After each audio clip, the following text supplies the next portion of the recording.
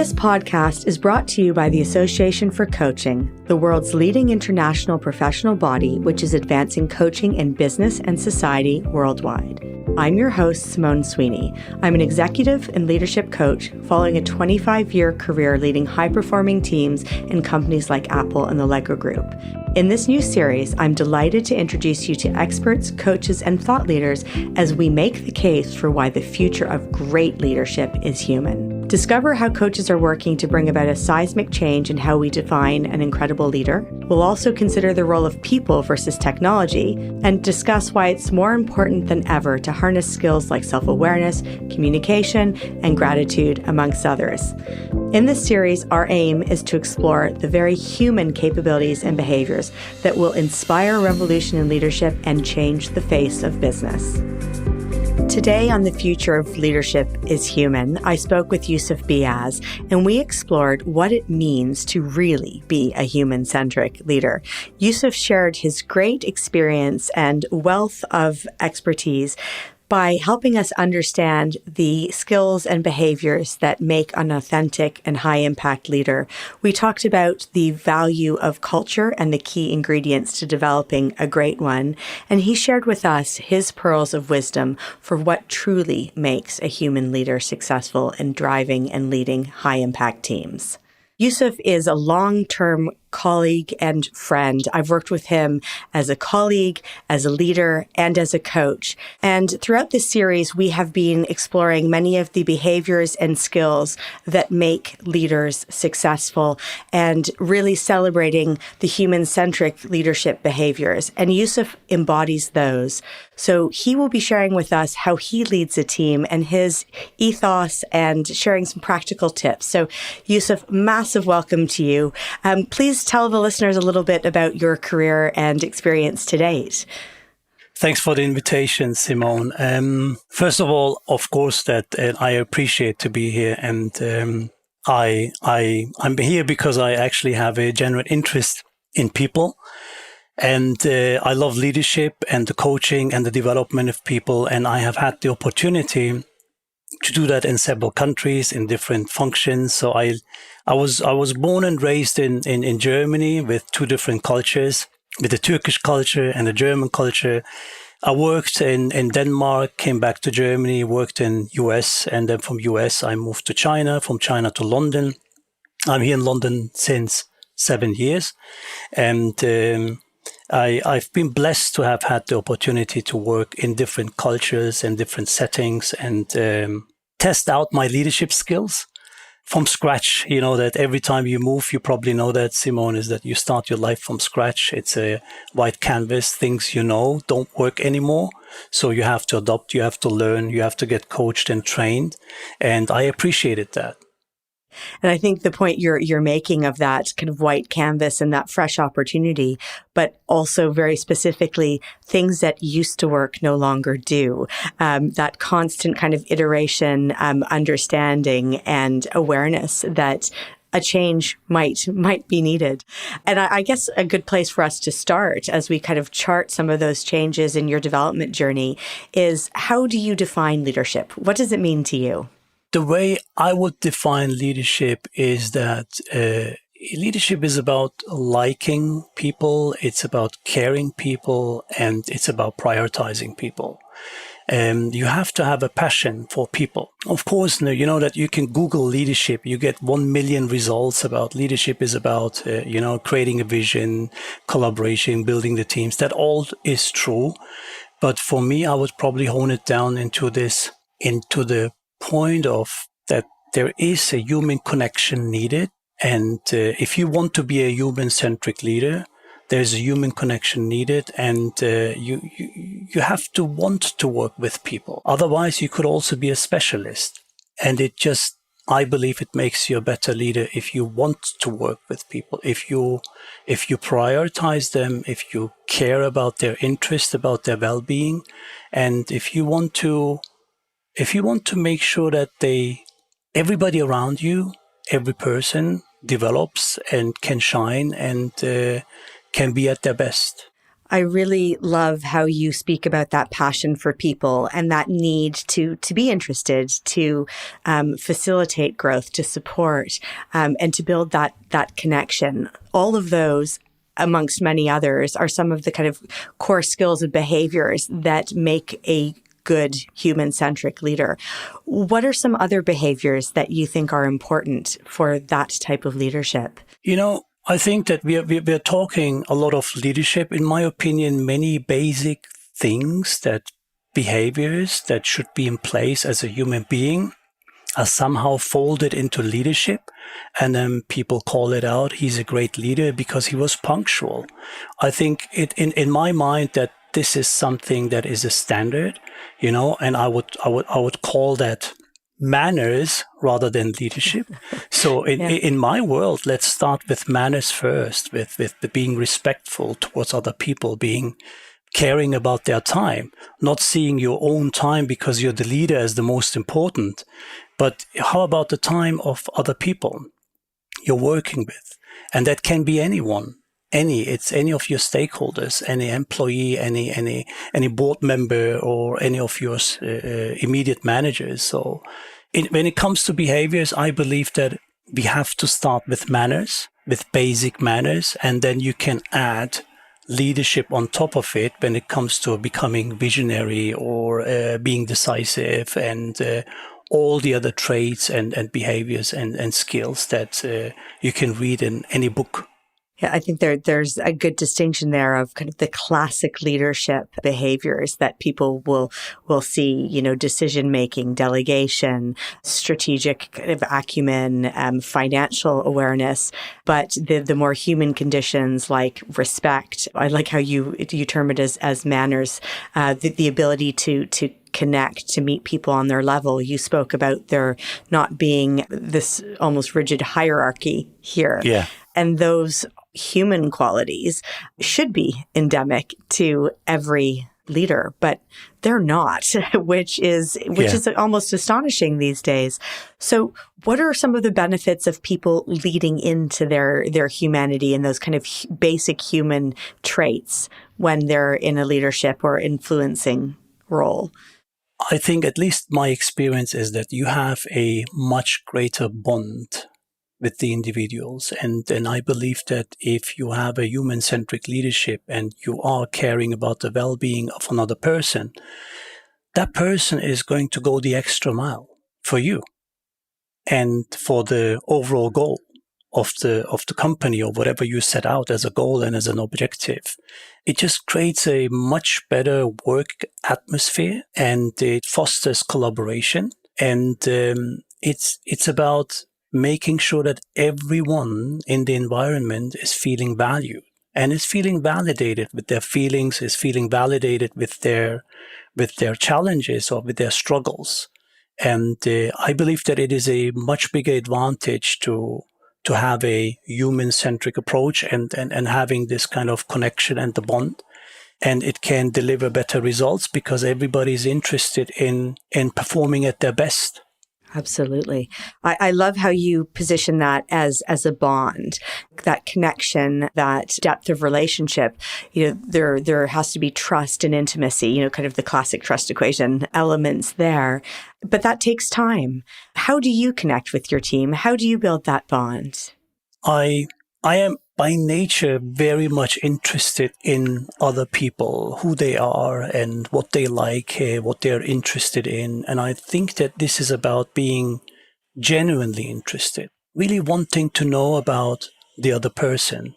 And usually there's always something that you have something in common with anyone, with another person and with another human being. And then it's always interesting to find these commonalities and celebrate and have conversations about if somebody is enjoying football or supporting the same football club or enjoys a specific hobby you have and that's aligned, or loves the same movies. It's really about connecting and genuinely being interested in the other person. So, and also from my end, sharing who I am. And sharing more about myself, and so that there is actually clarity around that. We are two human beings and not a robot and not a title and not a function. Because a title, I mean that it's of course that you're a leader, you have a certain title in an organization, but just because of you have a title, it doesn't make you a leader. It's leadership. I don't think is an entitlement or a title at all. I think that might be one of the most important messages to any leaders out there throughout the podcast series, is that leadership isn't a title, and it isn't a right. It is a behavior. It's a way of being, and it is also not a given right when you can foster it, as you're speaking to it, with a genuine bond by building a relationship. But I think very importantly, what you've just spoken to about sharing, it's an exchange. Yes. It is one of the most important factors of that human-centric leadership, and almost leadership with the human-centric piece aside. Then that kind of leads in a little bit to culture. A lot of businesses and a lot of people listening will be familiar with maybe their company speaking about the company culture. And culture is one of those kind of critical elements that that exists in most organizations, whether it's facilitated, it's recognized, it's spoken to, or it's just something that is kind of naturally there. But how important is that culture, and how does that form? Yeah, I think culture is very important. It is critical because culture is something like an identity of an organization and or a personality. And once you understand the culture within an organization, it's something like a framework that can guide you to make decisions. It's a certain belief system. It's a certain value system. It's a certain way of practicing business or having a business conduct. And I believe it is important because it guides everyone in the organization to having aligned values, beliefs, and practices, and to make sure that the identity or the personality of an organization is kept alive. I believe actually it is critical that one should listen to themselves, or even have identified their own values and their own beliefs, and being aware of these so that they can reconcile and make sure that it is aligned with the values of the environment they're operating in or they're living in. And culture can be so different. It's not only about the organizations, as I shared before. You learn something, and I grew up in Germany. There's a certain education style and a certain communication style. And when I moved to US, it is a different culture. And then you realize that the formulas you have had in mind, they don't work anymore. And it's just a different culture. So culture is not something that is just carved in stone for yourself. So you have the ability actually to adopt, and you can get trained, and you can get coached, you can get mentored, and so that you can adopt to a different culture, as long as you make sure that it is aligned with your own values, beliefs, and practices. I think it's something that you can consistently develop for yourself, your own culture at least. I think the kind of the positioning of culture also as a development journey is important. And, I think back to when we first met, we were both leading kind of high performing teams in China, which was a different culture than either of us had grown up in. And we had a very strong culture within the organization, but also strong individual values. And those values, of course, reflected and brought to the teams from the individual contributors and the teams within that we were working. And that exchange of ideas and views in the day-to-day work had culture consistently evolving and changing, but was guided by that belief and value system, both of the business, the leaders, and the team itself. And that then really speaks to that importance of the relationship and the kind of consistent investment by both the leader and the team, supported by the framework of the business culture, the company culture, and the wider culture of the environment, the country, or the unit. So it's not a finite kind of controllable set. And your point around that sharing and that development of relationship, a critical point of that, of course, is communication and that ongoing exchange. What does it mean to kind of communicate well? How important is communication to fostering that deep relationship? I think, it's like it's in the context of culture, I think that communication is in general key. I think that when it comes to the culture, when it comes to being in different settings and environments, I would say that speaking the same language is actually going to be critical, because that whatever you consider as an effective communication in one country might be not as effective in another. And I've experienced it firsthand. Growing up in Germany, is you would learn a more direct communication. You come to the point, and it is considered as very effective. When I then moved around, I realized that this kind of direct communication does not create any kind of positive impact and results. And you learn very quick that the way you understood communication is not the same in one cultural setting in comparison to the other. So then you have to adopt, and you have to understand the language of that communication. How do you communicate? And do you want to be as direct as you used to be, and then potentially have some collateral damage because it was considered as the most effective way? You have to come to the point, and you have to call things out as they are.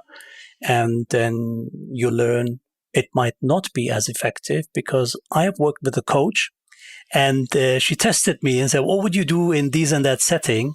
And I shared with her how I would respond. And she said to me by then, why would you do that? And I explained to her, because it's direct, it's effective, and everybody knows where we are. And then she said, what if I tell you that it's not as effective if you move to that country? Then she triggered me. I thought that, that I do it because it's effective. But now she's telling me it's not as effective as I would have wished, because the idea is that how can you get something done, and how can you deliver these results? How can you work together and collaborate? So I needed to change my language. I needed to change my communication style. Ultimately, it's the common rule is that, hey, can you be clear? Can you be precise, respectful? Can you convey your ideas and your thoughts in a clear, concise, and respectful way? So that's the common denominator. But then how you do it and how you use the language, it might be different. That's a great lesson to have learned. And I think one of those pieces that we can often hold very fast to as leaders. This is the right way. This has worked for me before. Yeah. And the nuance of a changing circumstance, a different culture, a different business, a different set of objectives, change. All of those are conditions where what worked before, to your point at the beginning of our discussion, no longer works. And that need to kind of shift. And certainly through my career, I have learned that lesson often the hard way, that what I think is right maybe is not, first off, but also isn't right for everyone. So that nuance is important. And that has at its heart a high degree of reflection and self-awareness. And one of the things we've spoken throughout this series about is the importance of self-awareness in the leader.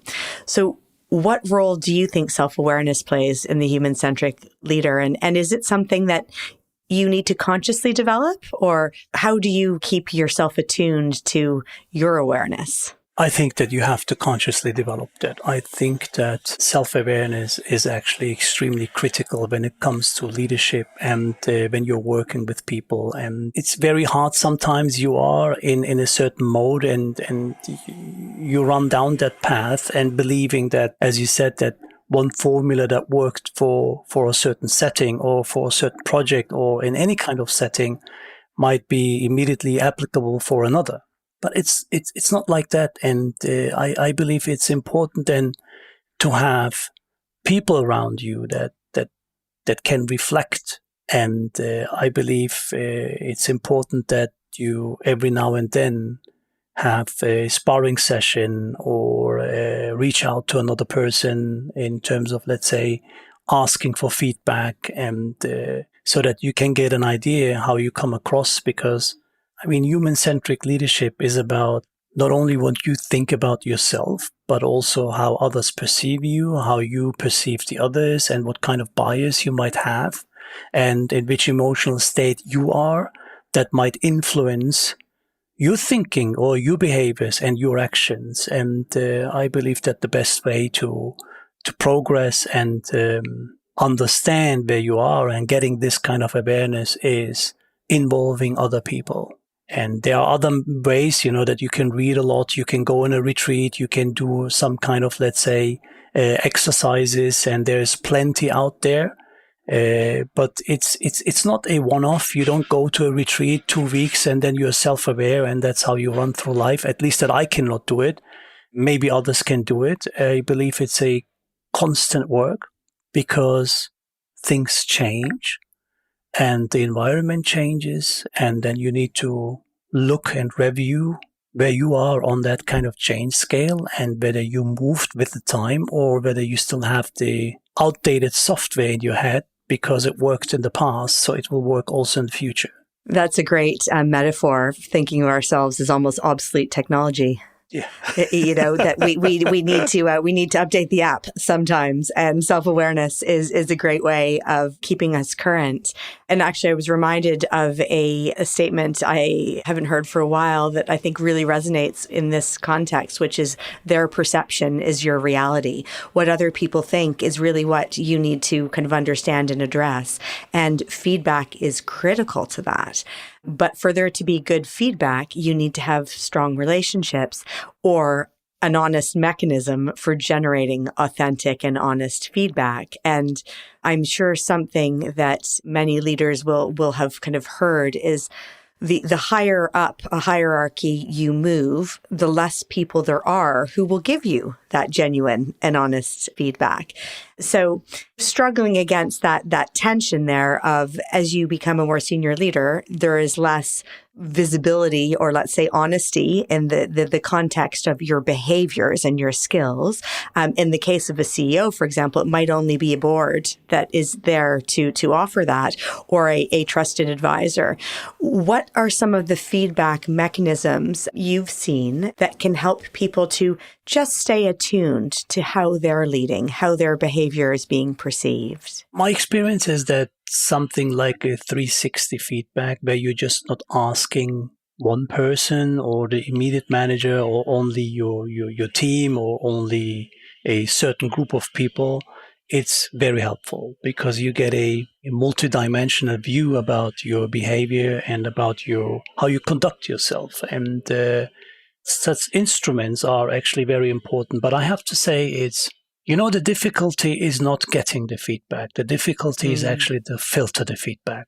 I mean, I always ask myself is that the feedback I'm getting, if only 50% of it is true, would I change anything? And if 50% of it is true, then I would change. Because sometimes, unfortunately, not everybody has the best interest for you. And many people give you feedback based on how they were successful in life, based on how it worked for them. So it turns out then the feedback turns into you morphing into them. And I never liked that. I think that I was more interested in getting feedback from someone who understands me, who knows what I'm after. And I've been blessed that I've been working with mentors and coaches and immediate managers who looked into who I am and what I want to achieve in my life. And then they gave me specific feedback to help me develop and progress towards that direction instead of making me another person of them. And it's just that this is how it is. Like some are thinking that this is the way how success is, and they share that without any regards to how you define it. It's like an extrovert person constantly coming to the introvert and telling you have to be more extrovert if you want to be successful. That's not true. That's just their perspective of life. And I think it's very important that everybody reflects that what is your own perspective, your own bias, and how can you see the other person? Can you even see the other person? That's actually very critical. If you can see the other person, you might be able to help the other person instead of, let's say, trying to work him towards becoming more like you, which they might not want.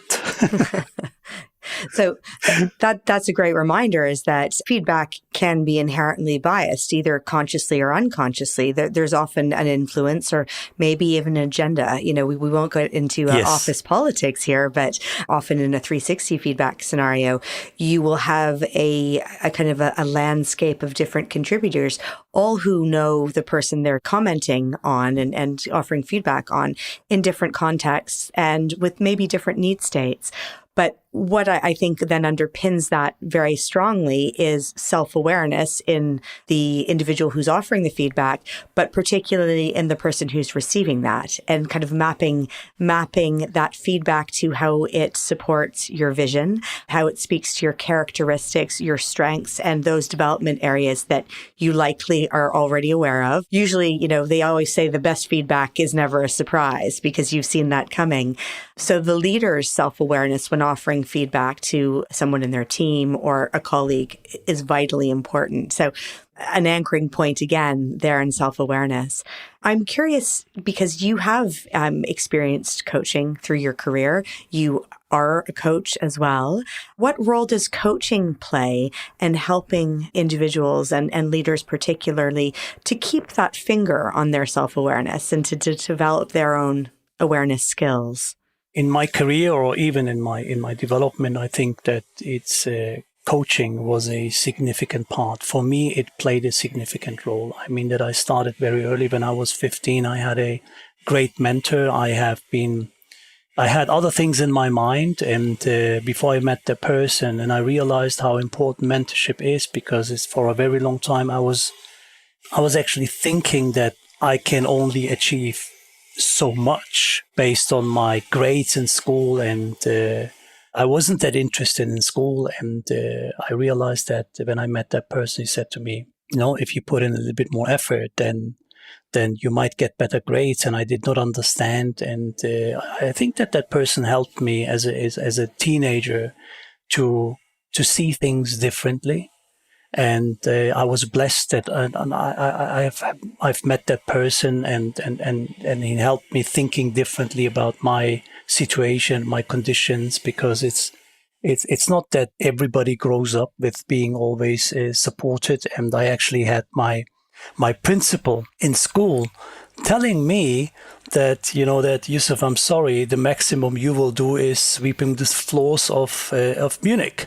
And I mean, that one thing is that what's wrong with sweeping the floors? It's an honorable job. People are working hard to make living. The second is, how dare you already predicting my life? But if you hear that as a young person, as a person in elementary school, you probably form already a couple of ideas and thinking and thoughts about yourself, and then you might end up thinking that this is how far you can get. And my grades probably were rather that a sign of me being lazy than me being stupid or not capable. And if you then have somebody who can see what's in the box instead of just the label, and who can help you and guide you through the development process, I think it's invaluable. For me, it was invaluable, and I never stopped it. I still reach out. I still do the sparring, as you mentioned, that for me, it's not only the board, it's also people around me that I can reach out to and bounce off ideas, do some sparring, or get additional coaching where it's needed. For me, it's an ongoing process, and it's very helpful. I think the most critical part is that you have to admit to yourself that if you want to develop and progress, then it involves other people and help. So at least this is what I think. Who am I to think that I can master everything myself? Whereas, let's say, the work, that everything around me works in a way that it's more thinking about the collective. It's more about collaboration. It's more about working together with others. So why would that be different when it comes to your own development? Absolutely. That additional support and even just space for reflection and pursuit of development and growth and change of perspective. That's been something that is critical, I think, for us all to consider when we are looking at our individual development and not having all of the answers. And, you speak about the principal who had no self-belief. That for me resonates very strongly because I also had the same experience at school where I was, told I would not amount to anything.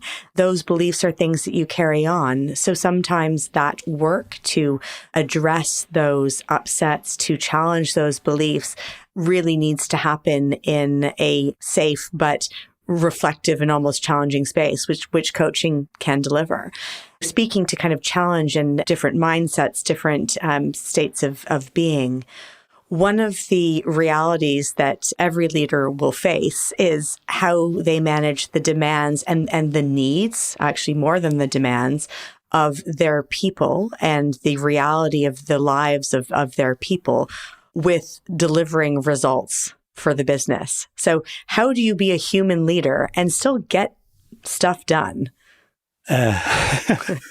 It is quite a challenge, Simone. I think it's a significant part of the leadership is actually about holding the tension between the vast different of opinions and interests and from various stakeholders and people. I think it's very critical to think about people and their well-being.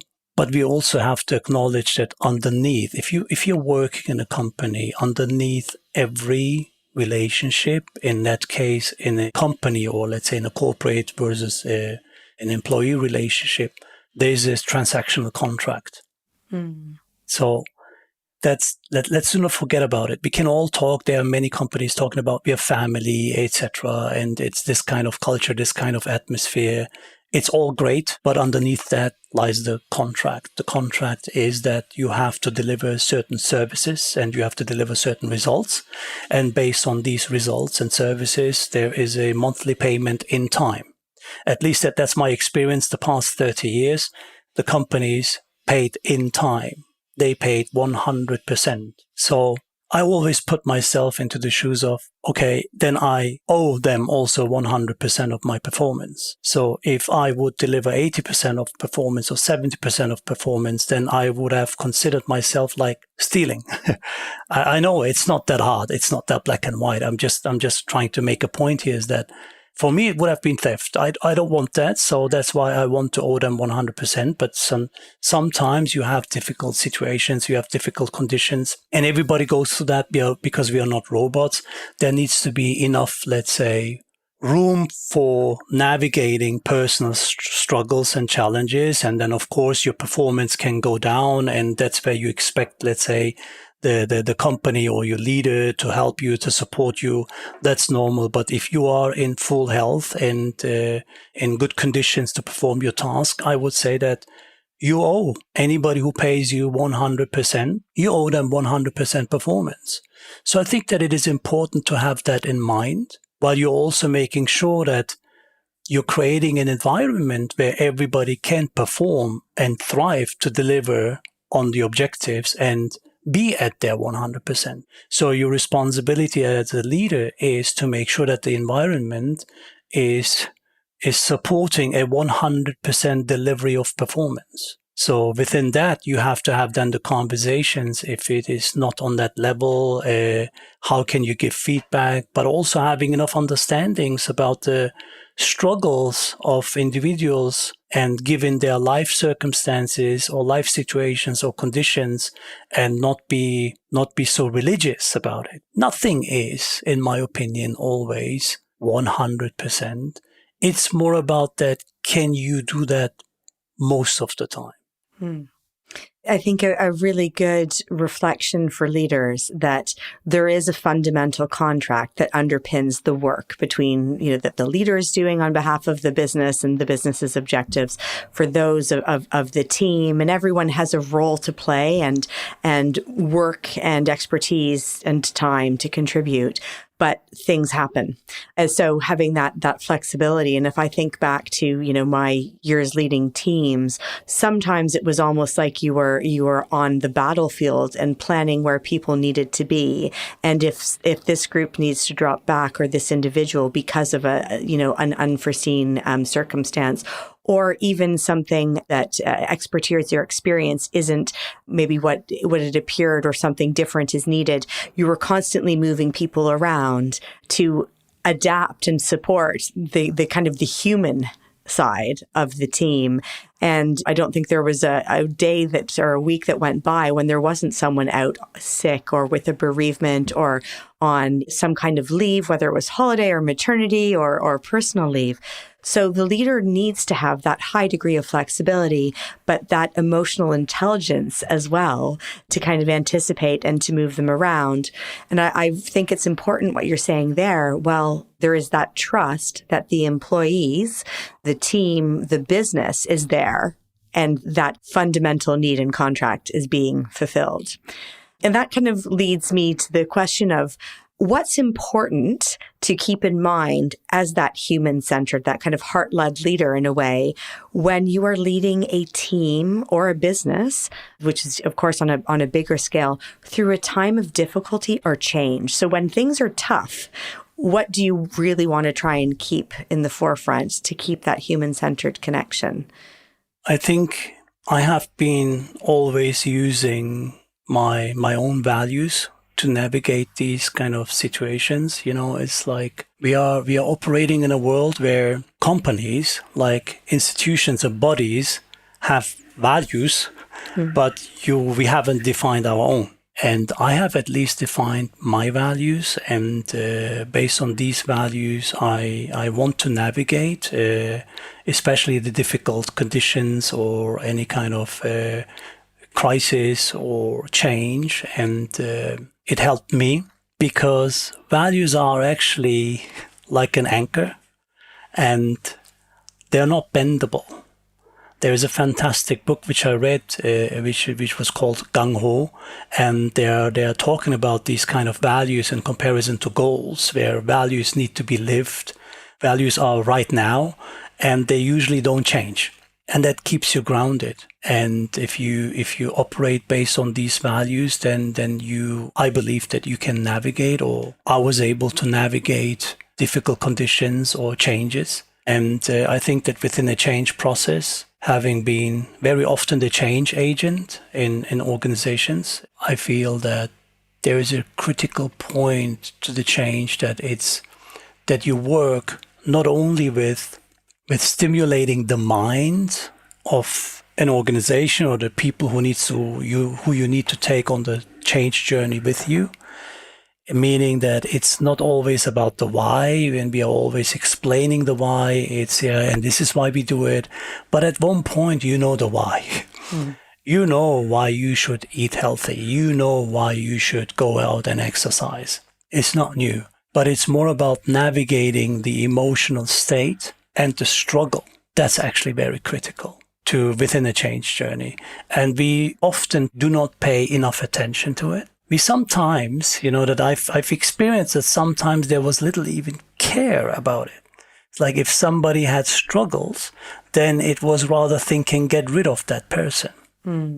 It wasn't a struggle that is a pattern. I understand if there is a pattern, and it has been like that since years, every time there is a change. I understand that. But I think that if there is a major change, most people struggle. And you have to cope with that change. And the question is that, do we give ourselves and also others enough room to express these emotions and experience these emotions without trying to cut it off? This typical, let's get rid of it. It just doesn't work. I don't know whether it's helpful to get rid of a certain emotion.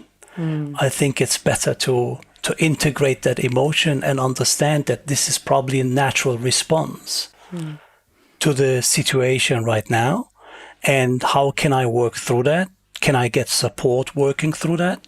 And it's for yourself, but also for the team you're working with. This, for me, is one of the most significant reflections on leadership, is that that understanding and that space. And that is what makes, for me, if I think of the model leader, the truly effective human-centric leader, that ability to understand the landscape and to adjust the behavior and to create the opportunity for change. It's exactly in the theory of why we have performance management processes. You have a baseline, and you see people's behavior over time. You see their skills development. People grow and develop and change. And a good leader and a nurturing business will collaborate and support that development and growth. When there is a bump, when something unusual happens, I think the human-centered leader leans into understanding why. Is it a change in the business? Is it a lack of confidence in process or a lack of skills? Is it something happening outside of work that's dwelling on their mind? I think it's important to reflect on just getting rid of someone when there is that bump. It solves the business problem, but it doesn't solve the people problem. And often that results in a significant damage or trauma to the team who are left behind, but very specifically to the individual who's impacted. And something that we are exploring in another episode, the impact of toxicity and lack of safety in the workplace. So I think, you speaking to this now is a really important piece. And those times of change are often when leaders are really, will have their emotional intelligence and their ability to self-regulate challenged. When you have friction in the team, there's a change or pressure to perform, people aren't making the numbers, or there's an acquisition or a significant expansion. There's hundreds of thousands, if not more, use cases where a team and a leader might be under pressure. How do you feel, or how do you see someone in a leadership capacity, either your experience or someone you've worked with, where they are able to capably manage and regulate their emotion? How important is that? How well does it work at kind of supporting the wider change and team? Is it a factor? I think it is important. It's not about having these feelings. It's not about having emotions, because we don't want to get rid of it. And as I said, but it's more about that. How do you handle it? And do you act it out? Do you act it out in just the most unwanted situation? It's more about that. How can you regulate? And it is actually very critical that you can learn how to regulate it. And that's the whole idea of allowing the emotion to arise and you are able to hold it. Yeah. That's the whole idea. So how can we make sure that we can hold it? And how do we make sure that we don't suppress it? And how do we make sure that it's not acted out and probably channeled in the worst situation to the wrong person, where it can be actually very damaging to someone's, let's say, perception or whatever. It's just not always helpful. It's important to be able to understand and express, but it is equally important to integrate it and make sure that it's like that might have not been the best time and place. I might have chosen a different path. Maybe I should have held it a little bit longer and have a conversation later on. And this can be helpful and for anyone. Is there a role for coaches in that situation? Can a coach help? Oh, yes. Yeah, I think so. I think coaches can help. I've been through a lot of coaching, and I have acquired a lot of tools and techniques that can help you. But what I have just learned is that that I love Stephen Covey, and who always said that he that is good with the hammer thinks everything around him are nails. And my experience is that many offer a certain solution and think that this is the Holy Grail. Mm-hmm. But it's not. I think it's important to understand that this might be just one puzzle piece. Mm. There is a little bit more work to be done when it comes to the complexity of a human being.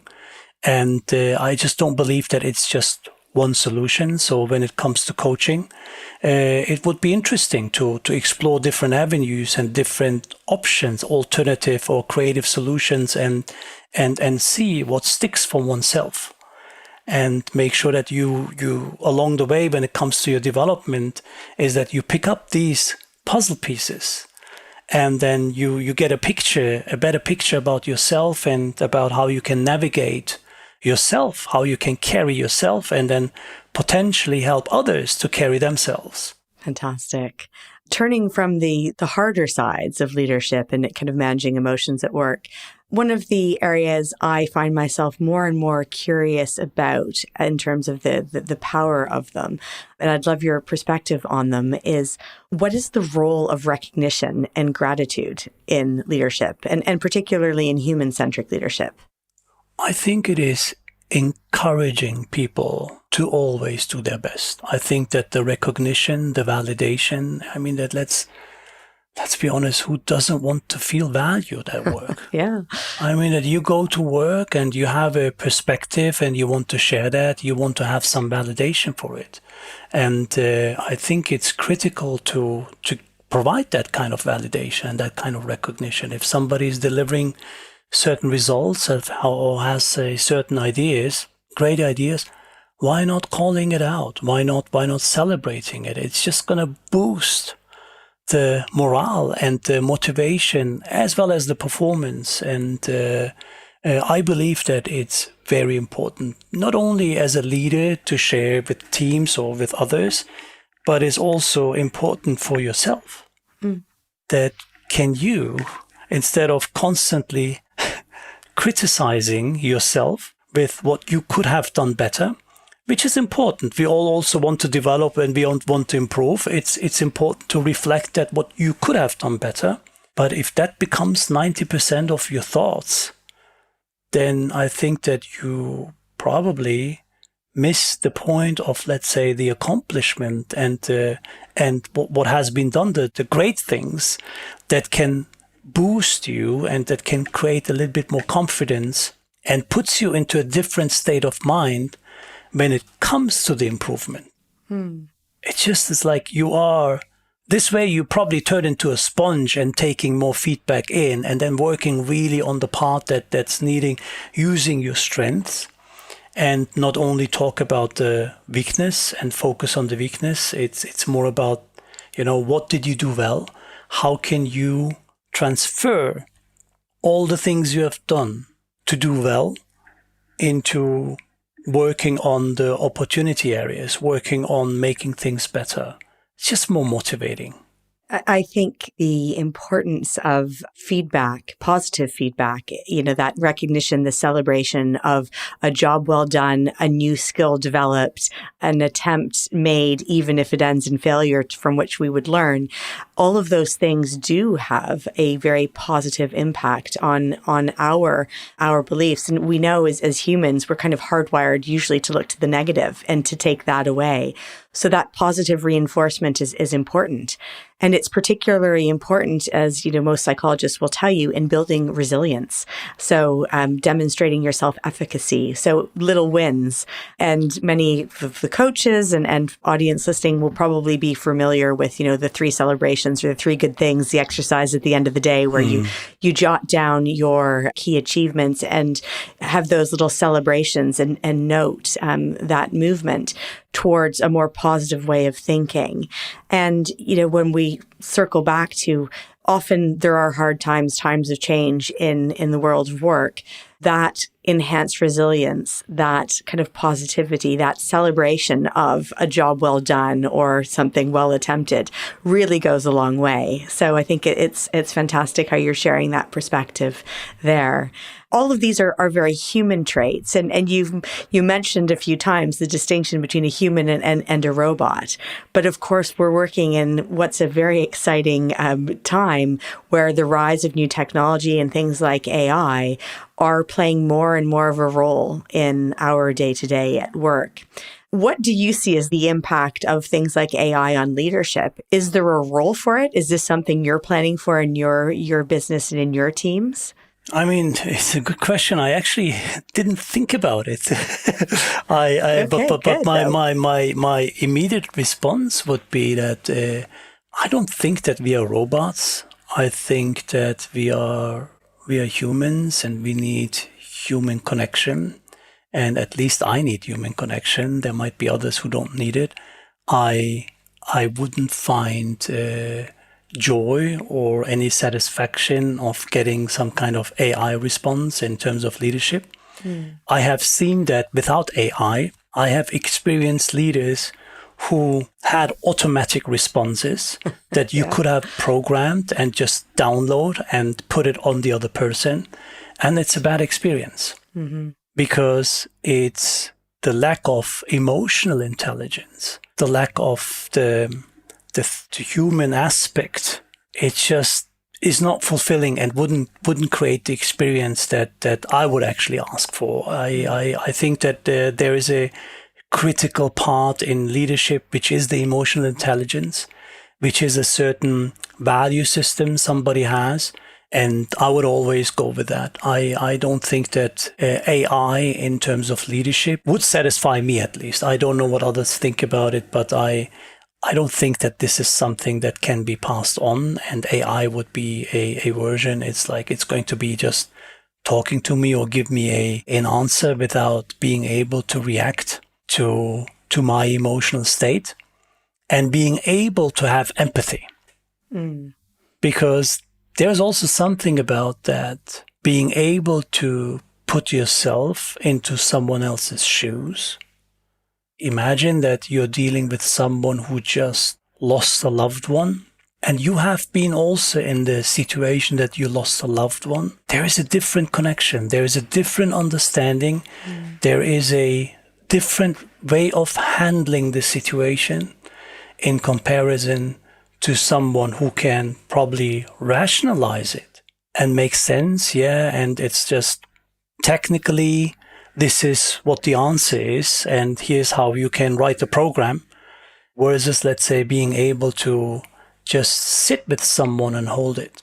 I would absolutely agree. There is that depth of emotion and the role of empathy and compassion and connection, which is exactly where you started this conversation. That bond isn't something that technology can replicate, and nor should it. So in that case, I think as we speak throughout the series, is that the future of leadership truly is human. Yeah. So to conclude, Yusuf, I'd love to ask you for one pearl of wisdom. If you can distill all your experience down to one thing, what would you like to offer to a human-centric leader to help them develop their skills and embrace that authentic leadership approach? Oh, yes. The pearl of wisdom. I can share with you what worked for me. I think it's seeing people. You have to see people.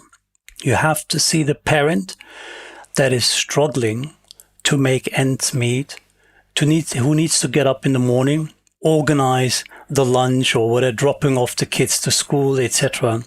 You have to see that person who just probably has lost someone and is putting all the effort to come after 2 days, that's probably what you get, or 3 days, come back to work and trying to perform. So I think it's for me about seeing people, being able to understand their struggle and seeing or celebrating their spirit.